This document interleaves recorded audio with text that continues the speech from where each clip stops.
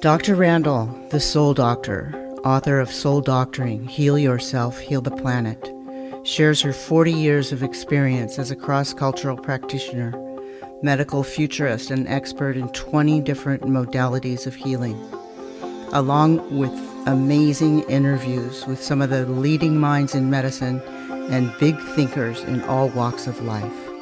The stories of our lives are the woven energies of our soul's paths. They feed and ignite the spiritual light that nourishes the universal soul, the one mind, the cosmic consciousness where we all come together. This podcast is going to be a deep dive into the personal stories of people who have made significant contributions to the planet. What formed them? What moved them to become these leaders and innovators that inspire us so?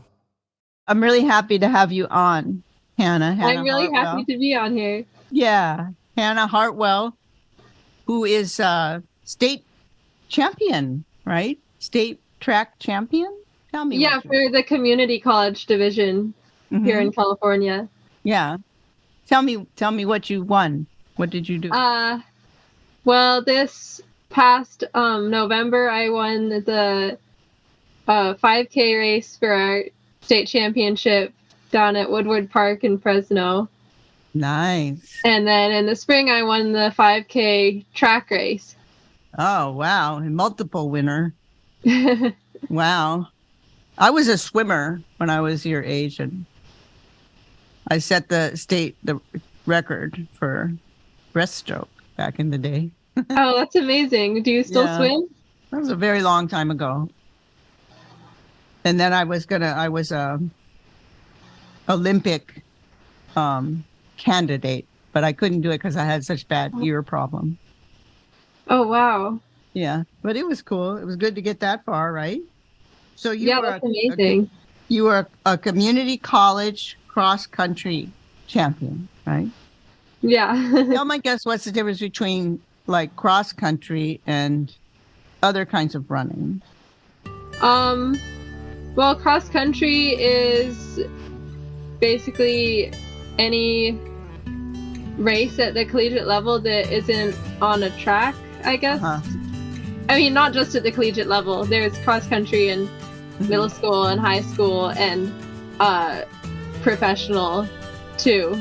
But yeah, it's usually from like a 5K to a 10K race on trails or sometimes on golf courses. My favorite are the ones on trails. I love that. That's what I do on my horse now. Oh, yeah. Yeah. That's great. So you love it. You love running? Yeah, I do. Yeah. What do you feel like when you run? Healthy, like just grateful that I'm able to do it and happy to be out in nature. Yeah. I mean, sometimes it's not that fun. Sometimes it's like cold or rainy, but I still feel like it's important. And even if it's painful or kind of miserable at times, it makes me feel like a tougher person because of it. So where are you right now? I'm at my home in Humboldt County. Mm-hmm. Is it raining there? It's raining here. Not right now. It's actually been raining for, I think, the past few weeks, off and on. But today's the first nice clear day we've had in a while. Mm-hmm. Do you like to run in the rain? I do. That's kind of fun. I used to love to it's hike just kind of miserable because it's cold. Yeah. But I still like it. So I think you, like me, are kind of committed to natural lifestyle. I mean, organic food and growing your own food and that kind of thing. Yeah, I try my best. I pretty much just eat food that I cook at home for the most part, and I think that's like one of the most important things that we can do and should be doing, because our health is like our one freedom that we can have control over if we choose to. And Yes. it totally makes all the difference in how your quality of life is. Yes, and also it's good for the life of the planet, isn't it? I mean, so do you grow your own? You garden? Unfortunately, I don't have a garden here because I live in the woods, so I don't get enough sun. I do grow some herbs, but at my community college, I'm getting a degree in agriculture, and we have a really cool sustainable ag program, and we have like a totally organic farm. So I was working there for a while and also volunteering at a farm down the street for me, so I could get my fix of good organic produce. Very nice. And where is that? What college is that? College of the Redwoods. And where is that? It's in Humboldt, just south of Eureka, California. Nice. And our farm is down about 20 or 30 miles south of the campus in Shively, California. Awesome. I'll grow stuff on, if I have a foot of some, I'll put some mint there or something, but I have a yard. It's not a big yard, but I have 14 fruit trees. Oh, that's amazing. What kind of fruits do you grow? Oh my God. Apples, oranges, tangerines, peaches, figs, avocados, grapefruits, lemons, limes, couple kinds of lemons. I have Myers lemons, and then I have sweet limes, and then I'm forgetting some. Oh, blood oranges, and I'm missing about 3. Let's see. Well, that's pretty good though. So that's amazing. Yeah, my mom also grows a lot of fruit trees. She has a ton of those too. It's always really nice visiting and getting to eat fresh fruit. Yeah, it's always something different. And then I do a lot of herbs, to cook with, and then I grow herbs on my windowsill also, and sprouts. I love nice. Sprouts, yeah. I always have sprouts growing, so I can put them in my sandwiches and soups and things like that. Oh, that sounds delicious. So are you a cook also? Yeah, I love cooking. I cook every day. What's your favorite thing to cook? Oh, that's such a hard question. Oh, it depends on what's in season, I guess. It depends on what's in season. Of course. Lately, I've been cooking a lot of winter squash because I was able to take a ton of squash before I stopped working at the farm for the winter season, and so I have a big box of them to go through. Oh, and great. Apples too. I'm still making apple crisps with the last of this season's apples. And they last, so that's a good thing. Yeah. Wonderful.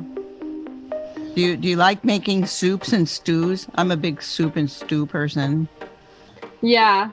Well, I eat a fully vegan diet, so I guess I don't know what the definition of a stew is. For me, I always picture that has meat in it. I don't know. Oh, no. I'm a vegan. I cook, I make my vegetable medleys, I call it. I use a lot of root vegetables and Oh, cool. Yeah. Yeah, I do a lot of that, vegetable soup, lentil soup. Lately, butternut squash soup has been one of my favorites these days. Yeah, that's a good winter thing to do. I love that. So I guess you were sort of influenced by your parents. They grew food also? Well, my mom has a big garden down in North County, San Diego, where they live, and yeah, she's a huge influence on me.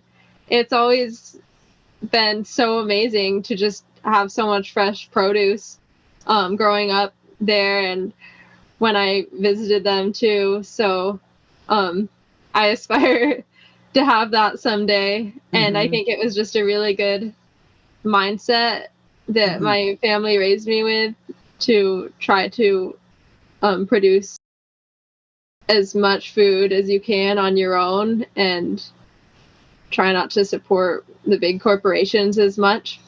Yes, for sure. And it's not only that, but it's, it's good for the earth, the soil, the oxygen, the atmosphere, and, all the way around, and less chemicals, into the land, and Yeah, definitely. sustainable, like you said, sustainable, Yeah. regenerative. Yeah, I'm so into it. I love it. I love it.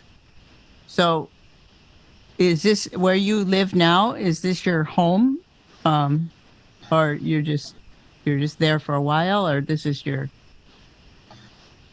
I first came to Humboldt County about 4 years ago, and I've been kind of back and forth. I traveled around for a little bit until about a year and a half ago, maybe a little more. Maybe 2 years ago, I started renting up here and going to school, and I've been pretty settled here ever since. And I'll be settled here for the next year or two, and after that, I'm not sure. I might continue on to a 4-year university, or I might stick around here. I'm actually in the process of deciding that right now. It's a little scary to think of leaving because I love it here so much. Yeah, well, you can always change, Yeah. Yeah, I always say no work is ever wasted, and there's something someplace down the line, it's going to be important what you did now, and you're going to be, boy, if I hadn't done that, I wouldn't be doing this, kind of thing, That's so true. Yeah. It's great. So do you have a roommate, or you're just on your own there, or? I live by myself here. Yeah, I had a roommate for a while, and then I found this trailer to rent on my own, and it's really beautiful. I'm on 4 acres of native forest that my landlord has taken care of. It's kind of like a native tree sanctuary. Nice. And it's really amazing. I'm really fortunate. What kind of trees? Well, I don't know all of them. I've been learning. There's redwoods, Sitka spruce, I think Douglas fir, and California bay laurels, and what else? I think there's some kind of nut. I think they're chestnuts. And yeah, I'm not really sure. I'm still learning how to identify. That's a lot, though. I love trees. Yeah, me too. I think of them as, almost creatures, with their roots, and they're connecting with us. Is there a lot of wildlife up there too? Yeah. On this property, I've seen deer. I see deer like every day walking around up here, and there's like some bears that come around sometimes, just black bears, and the usual squirrels, raccoons, critters like that. There's a lot of mushrooms. I've been learning a lot more about the edible and medicinal mushrooms around here. I took a course on it this fall, and so I've been able to eat mushrooms right off the property, which has been really fun too. Nice. So they're mostly food, or they're also like you said, medicinal? Well, some are both, I mean, yeah, you probably know more about it than me, honestly. Being like a homeopathic type doctor. Holistic. Right? But there's so many kinds of mushrooms, Yeah. So far I've had the ones that I've been able to find myself and try are I've had a lot of chanterelles this fall. Oh, and you. Porcinis. Actually, I had more of those last year. I haven't found as many this year. Hedgehog mushrooms, comb tooth, which is basically like lion's mane, and what else? I feel like I've tried more. Oh, I had chicken of the woods that my landlord's friend actually found, and those are delicious. Oh, I heard about those. Yeah, they're really cool. I really want to find one myself. Good. What's what you told me what you were studying? Tell me again. Tell me the words. I'm studying agriculture, so I'm getting a certificate in organic and sustainable agriculture, and then I'm getting my associate's degree in general agriculture. The mushrooms class wasn't a part of that. It was just for fun. What's your goal? How do you see that going forward into the future with that? I'm still kind of figuring that out. I know that I definitely want to help provide healthy food for people, because I think that's kind of the root of a lot of problems that the world is facing right now with health, and like exactly what you talk about, like our health and how it's connected to the world's health, and people are just so disconnected from where their food comes from, and they're supporting this system that's destroying everything. And they're unaware of it, and they're poisoning themselves too, and I think that's really messed up. So I want to help bring awareness to that, and I also like being hands-on and working in the dirt. And I think topsoil loss is a really huge issue too, so I'd like to take more soil science classes and learn about how I can help with that, because I took intro to soil science last year and it was really fascinating for me. Yeah, and I think like that's something most people don't think about, is how we have this limited amount of topsoil because it takes hundreds or thousands of years to develop, and we're just eroding it all away or covering it with roads and cement and stuff. So I'd like to just do something good for the world along those lines. I don't know what it's going to be yet, but I'll probably always be trying to work or volunteer at farms, even if that's not my main career path. You could have your own farm or garden. I could. Yeah.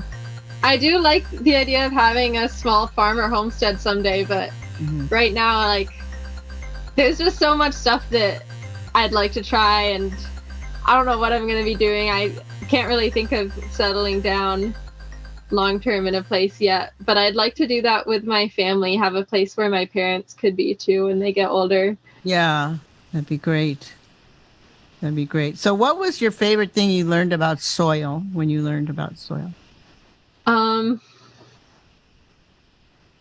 Oh, there's so much. I know. I guess just how much life there is in it, and how like how many cycles there are going on at once.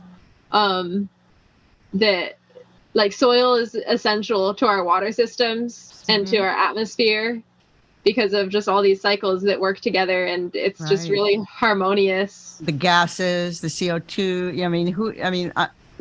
When I was young, I never even thought that, plowing the soil was adding to the carbon layer, and now it's just so, evident to me. And it's really important for people to understand that. They don't get it. They think, oh, that's the way you do it. You plow it up, put it. No, you don't plow it up, because you're going to get a much better product if you don't till the soil. No till. It's much better for the atmosphere, better for the soil, better for everything.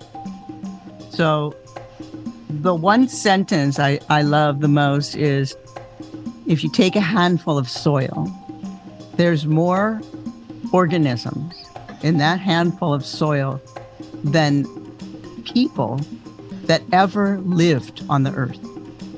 That's amazing. More organisms in that one handful of soil than people that ever lived on the earth. So, it's just phenomenal. Of course, that has to be a soil that's natural and treated organically, right? Because if you put Monsanto on it and all that other stuff, it kills all those bugs.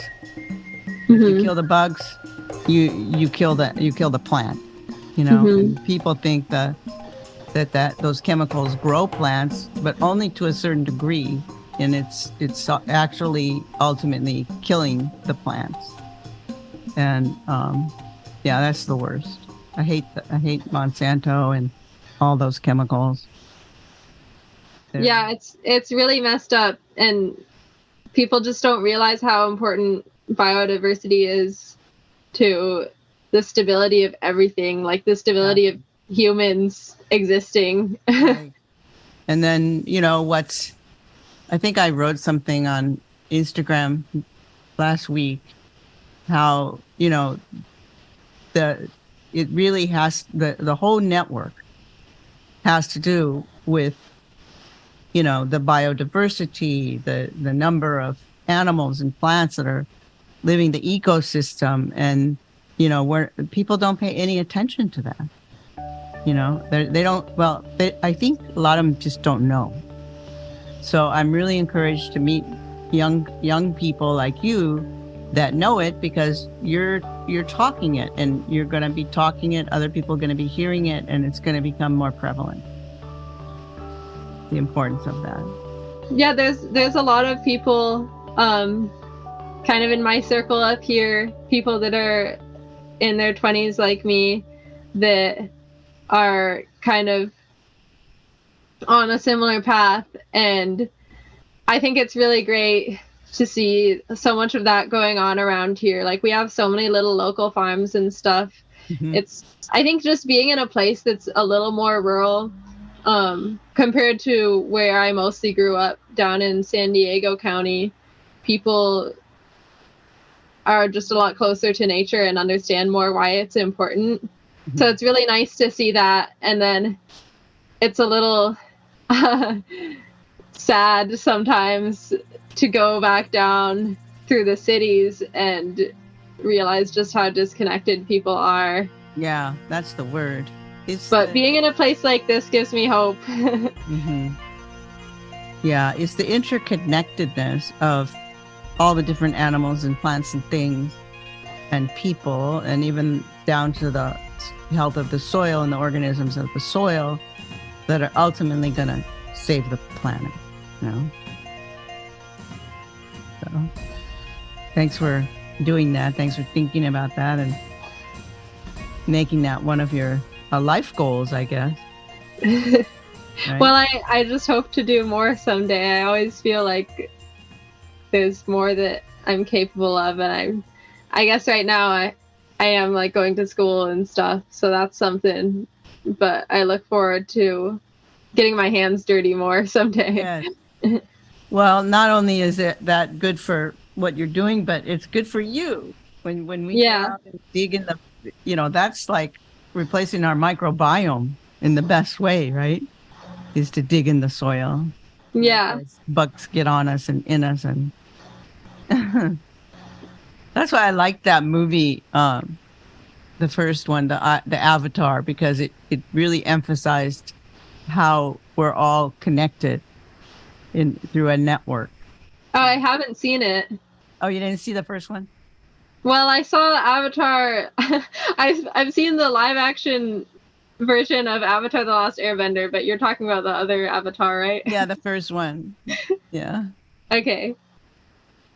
To me, it was so the way it is. I mean, it's the way I think about interconnectedness and the planet and all the animals and plants and things, and the roots, that the plants talk to each other through the roots, and then they talk to animals through the roots, and yeah, and the organisms, and it's so very important. Yeah, definitely. It's been fun. It was really cool learning about that in my mushrooms class this past fall, because we learned a lot about mycorrhizal associations and the different mushrooms that are linked up with different plants and trees, and it's just so amazing. It's so cool. Yeah.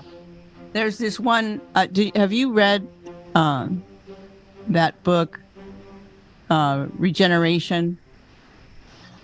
No, I haven't. You need to read that. It's basically restoring the planet in one generation. He talks about. They say it's possible. Oh yeah, and in that book they're talking about I don't know. I keep going back to this because it's so impressive to me. Back in the day, in South America, they would plant these gardens called milpa gardens, milpa, milpa, and they would just take a whole bunch of seeds, and instead of plowing little rows and then putting in the seeds or putting holes or anything, they just let them go. They just let all the seeds go in like a very fertile ground, and you'd think that's too many seeds, right? And they're all different, but what happens is they all grow together like a network, And the more crowded they are, the better they do, the more they like it. And it creates this network that the amount of harvestable fruits and vegetables is humongous. It's way more than if you do it all organized and make rows and all that other stuff. And those are called milpa gardens. What does that word mean? I think it's a Indian word. Okay. Because it came from South America years ago. So that's really cool. Yeah. And so the way they do it, they still do it. And the way they do it, and then first they harvest what they see, and then they let people come and just walk through and pick what they want. And people go through and pick what they want out of there. And then at the very end, when most of it's been picked, they let the animals go in and finish it off. And then, that's so beautiful. Yeah, it's really cool. But most of those methods that, sorry? It has to do with the networking, because they're all so crowded. And you wouldn't think that, oh, they shouldn't be crowded, they won't do as good. They actually do better. That's amazing. Yeah, there's some people that say, I talk with this guy, Charles Dowding in England. He's probably one of the top organic gardeners in the world. Actually, he's English, and he hasn't even moved probably 10 miles from where he was born. He still farms that same area, but he talks about the importance of weeds. Who would have thought that weeds are important? But I mean, everybody thinks, well, you should remove the weeds. I mean, only if if it's a lot of work, you remove them. But the weeds actually make the other plants grow better, which is back to the networking, the crowding, and how the plants communicate with each other, which I think is fascinating. That is fascinating. And it's cool that these methods that you wouldn't expect to work so well are mostly like ancient knowledge that other cultures have been practicing for so long. Exactly. And like the knowledge is already there, and we've just moved away from it. But we just need to revert back to these ways that are like really more simple and make a lot more sense than what we're doing nowadays. Yeah. So what I did in my little backyard is I took a bunch of stones, like from the forest and from the ocean and everything, and I made like steps in a way. They're not that big, but if you even terrace a little bit, I have 3 levels, it holds in the water. So the garden, the things that grow there grow better, because in a terraced type arrangement, the water holds as opposed to just running off. And you're down in Santa Monica, right? Or I'm in Malibu. Oh, Malibu. Malibu, right. So that's probably really important, because you guys don't get that much rain most of the time there, right? Although lately, you wouldn't believe it, we're getting so much rain. Yeah, well, that's great. Yeah, the streams are running for sure, so it's kind of refreshing right now. But yeah, so we're gonna just keep on spreading those thoughts, keep on spreading those ideas. So I understand you like to travel too. Is that true? Yeah, I've traveled a little bit. I definitely need to travel more. It's hard right now being in school. But I've been to I went to Costa Rica when I was 18. That was really cool. And what did you do there? Sorry? What did you do there?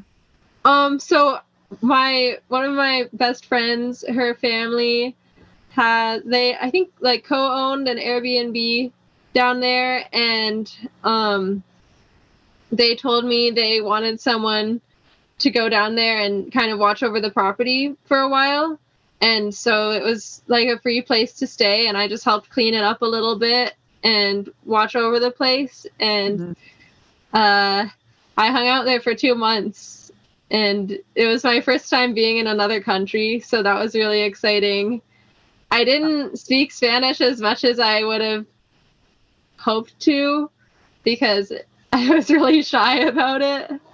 But I got to practice my Spanish a little bit, and I just I swam in understand the it's ocean really every day. beautiful. Were you near the water, or were you? Yeah, I was like less than half a mile from the Caribbean coast.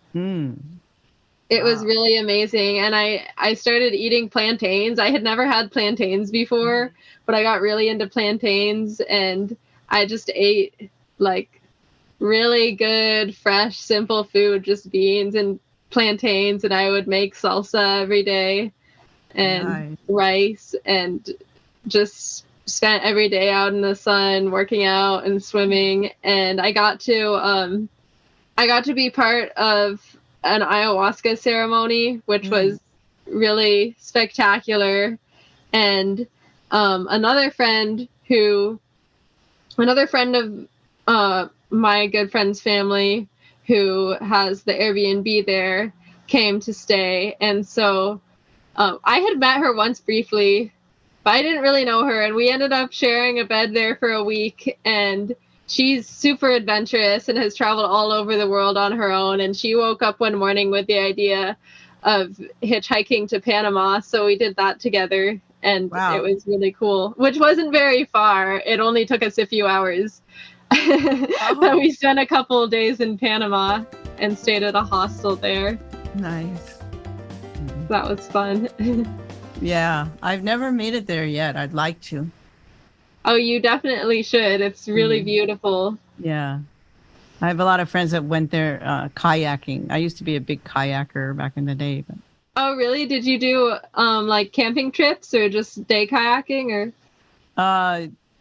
Well, we used to go down the American River north of, Sacramento, right? Bakersfield, of Kernville. They have amazing rivers up there. Oh yeah, I've swam in that one. Yeah, well, I love swimming in rivers. Big rapids, yeah. Back in the day. That sounds so fun. Yeah, it's fun. It's really fun. I did a canoe trip this past summer. I haven't done that much kayaking. I mean, I used to canoe a lot as a kid back in New York, because that's where my family's from. I hadn't been in a canoe in years, and my friend in Alaska wanted to paddle the Yukon, and so I jumped on board with him, and we paddled from Fairbanks, or just outside of Fairbanks was where his cabin was, and we dropped our canoe in the river right in front of his cabin and took it all the way to the last village before the Bering Sea, which took us about a month. So that was my last big traveling adventure. Yeah, that's huge. It was really cool. That's very cool. What time of year was it? Was it cold or? It was, I think like the end of May when I got up there, and there was still a little bit of snow on the ground, like end of May, early June, still some snow, and the last big chunks of ice had just floated through the tributary where we started. But we still, like within our first week of paddling, we still found some spots that were snowy along the way. And the river was cold, of course, like the ice had just passed through, so it was fresh snow melt. But I jumped in every day. I made a commitment to go swimming in the river every day. Wake up your chi, wake up your energy, your spirit. Yeah, it definitely felt very energizing and cleansing. Oh, you're a brave girl. I don't know. I was pretty scared of dying that whole time. Well, you did it though, so. I did. I feel like I need to do things like that to get out of my comfort zone. But I was definitely scared that I was going to get eaten by a bear or murdered or something. Yeah. Luckily, it didn't happen. Well, we got to take our chances to get to commune with nature. You know, nature is kinder than we think. Like, I'm a big Africa person, and I used to go to Africa a lot and do horseback safari. Oh, wow. You ride on, you know, cross the desert, you know, running on a horse with a group of people, you know, and we saw the wild buffaloes, the elephants, giraffes. We would run with the giraffes and that's lions. So cool. everything. And people would say, aren't You saw lions right there in person? Oh, yeah. Was that scary? Aren't you afraid? And I said, no, I'm not. No. Really? No. Wow. More afraid That sounds amazing. walking downtown here in LA than I am from the lions. Yeah. Yeah. I actually had a lion come sleep by my tent. Sleep by me. You know, the tents are what? They're canvas, right? And so lions sound like this in the wild. They go. They sound, you know, you'd think they'd be like roar, you know, but they kind of grunt, you know, that's how they call each other. And so I was like sleeping, and it turned out I was in a tent by myself. The only time that I went, of the 3-4 times I went to Africa. And then all of a sudden I heard that sound. And at first I was like, and then I was like, oh, it's so relaxing. And so we slept together right there. Wow. And then my friend Sakongo, I told him the next morning, I said, I slept with the lion. He goes, really? I said, and then we looked at the print. We saw her body and her huge feet, about this big. He goes, you know, they only do sleep with their pride. He goes, you must be lioness. I said, That's so cool. That's amazing. Yeah. Animals Do the lions do they not attack people often? Is that like a rare thing? I don't really think they're into attacking. And they also feel how you feel. You know, animals are like that. Yeah. If you're afraid, they might chase you, but I'm not afraid. And I love them. As a matter of fact, the only day I didn't go out on the horse, I stayed in my tent. And the matriarchal herd of elephants, usually the females travel by themselves with their babies, and then the males will kind of do their own thing unless they're breeding. So the matriarchal herd, that all the females came to my tent, and they encircled my tent, and they're eating. And they growl more than lions, you know. Elephants have this growl sound. They make roar, roar, and they're just crunch, crunch, crunch, crunch. And so I went on the porch of my tent and sat there. I have a picture of this. And then the biggest elephant come up to me, and she's got her baby in tow.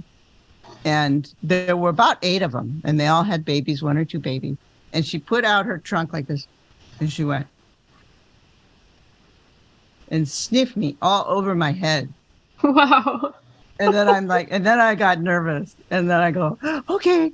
And then you can hear me, you know, go into my tent, zip, go inside, zip, because I have it all on video. But, you know, and she didn't want to hurt me. She just wanted to check me out, you know, because they can uproot a tree, you know, 4 or 5 feet across themselves. So it wasn't about that. It was just being friendly. So. What an amazing experience. Really I love animals, you know, and they feel that, so. Yeah. And when you love them, they respond well. Yeah, they definitely are more intuitive than most humans are these days. They can really tell what's going on in your head. Yeah. More of a feeling, you know. Mm-hmm. So I like it. I love it. I love nature, animals, plants, and things ever since I was young. So I guess you too, huh?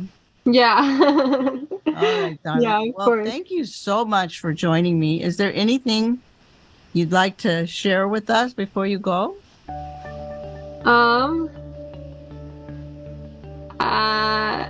About your future passions, or? I mean, I'm just gonna keep doing what I'm doing and trying to set a positive example for people and show people that you can, you know, kind of limit your use of precious resources, and you can live in a sustainable way without, you don't need a lot of money to do that, and you can be strong and healthy while eating mostly just simple things, veggies and beans and rice and stuff, and it's the way to go in my opinion. So that's my goal. I like is what just you to keep said about setting that example. saving precious resources. Could you give us just a couple of little examples of that? I think just living simply, like, you don't need any. I mean, it's nice to indulge in what we've created as humans. Like, I do love to go skiing once in a while, or like I have this computer here so I can watch shows and stuff, but you really don't need that much, and life can be so enjoyable with, like, the most pleasurable things are just free and available, you know, like going outside. And well, I guess things aren't free. Health isn't necessarily free, eating healthy and stuff, but like you don't need a ton of resources to live a good life. Yeah. And to take care of yourself and feel good. And if you just be as healthy as you can. And I know I'm like really privileged to be saying this because not everybody is as fortunate as I have been, but like if you just keep your health as good as you can, then you don't really need a lot in life to enjoy it and be fulfilled. Yeah. So, you know, I like to think of things like water. You know, you don't have to, I mean, most people don't see as much clean water as we use to brush our teeth, you know, on the planet, you know, so we need to be more conservative about water. And I think most people don't realize, like, a lot of people don't think about every single purchase they make, and every choice they make has huge consequences. And like buying like anything, whether it's food or like an iPhone or something, so much water has gone into the processing of that, and huge transportation, like fuels, and not just water, but like everything. People don't think about the consequences of their actions, and like how you vote with your dollar, and when you're buying, like when you're deciding what to buy at the grocery store, you're voting on how you want our natural resources to be used. Yeah, that's what I've been telling my patients for years. Vote with your dollar. And I think it's made a difference. You know, we got more and more organic food and that's great, that kind of thing. But, you know, I also like to tell people, you know, food waste is a big thing. So try not to waste food. And if you do have food, you know, figure out how to compost it. That's amazing. Yeah, it's been cool seeing more urban areas or suburban areas. I guess down where my parents live in North County, San Diego, I just saw they're starting a citywide compost collection thing. So it's cool to see more people and local governments trying to make that happen. Or do it like I do it in my backyard. I mean, yeah. And it's easy. You can do it inside too, with bokashi or other like fermentation methods. So it would be cool to see that get out there a little more. Yeah, wonderful. All right. Very, very nice talking with you. Stay in touch with me. And, okay. We'll talk more. Keep up the good work. Okay. Thank you for everything. Okay. Bye now. Bye. This is Dr. Gail Randall from Soul Stories, and author of Soul Doctoring, Heal Yourself, Heal the Planet. I want to thank Saltology, our sponsor, at bathsalt.com, which fits perfectly into my medicine bag as it, like me, calls upon the ancient wisdom and modern technology to heal, especially with the stresses and ills of our modern times. The Bokek brand uses organic salts combined with organic essential oils sourced from ancient Egypt to provide a perfect remedy for your bathing ritual and healing from modern stresses. The Relief RX brand is a unique one-of-a-kind healing salt that uses organic CBD, treated with a unique emulsification process to create nanoparticles which easily enter the skin to most effectively heal and relieve aching muscles and joints. Whether from chronic inflammation or just a rough workout, this is the perfect healing bath, especially when you add the organic essential oils of neroli, lavender, eucalyptus, or grapefruit. Your body, mind, and soul will be lifted and soothed like never before. Go now to bathsalt.com. I also want to give special thanks to Larry Antonino and Agora Borealis Recording Studio for music and score, and also to closetotheearth.com for IT and computer assistance. I'm Dr. Gail Randall, creator and host of Soul Stories. I just want to thank you for listening to my podcast. I recently got a notification from the International Podcast People, and I was astounded that so many countries are listening to my podcast in the category of alternative health. So thank you, and please continue to listen. I especially want to thank Egypt, Croatia, Japan, and Switzerland, also France and Ireland, because my numbers were quite high there. So keep up the good work and check out my Instagram at Dr. Gail Randall, and particularly check out my Instagram TV, where you can hear me talking about alternative medicine subjects and also see me. It's a very good show, and I think you'll like the subjects. It's on 6 p.m. Pacific Standard Time every Friday, but it's recorded there, so you can find it there anytime you look. Okay, thanks again. I love you guys. Also supported by Randall Wellness Network, bringing health and wellness to you directly. Medical futurist Dr. Gail Madeleine Randall brings 40-plus years as one of America's most forward-thinking doctors, healers, and emerging authors onto a diverse media platform to empower our paths to health, wellness, increased consciousness, and vitality. Gail Madeleine Randall, MD, has long practiced, taught, and encouraged patients to take control of their healing processes and journeys. Randall Wellness Network provides a 360-degree platform for people to heal themselves, and she most emphasizes regenerative approaches for healing individuals, communities, and the planet as one. For more information, go to drgmrandall.com and Instagram at drgailrandall, and check out the robust Instagram series on Instagram TV, also Facebook, Randall Wellness, and also Dr. Gail Randall.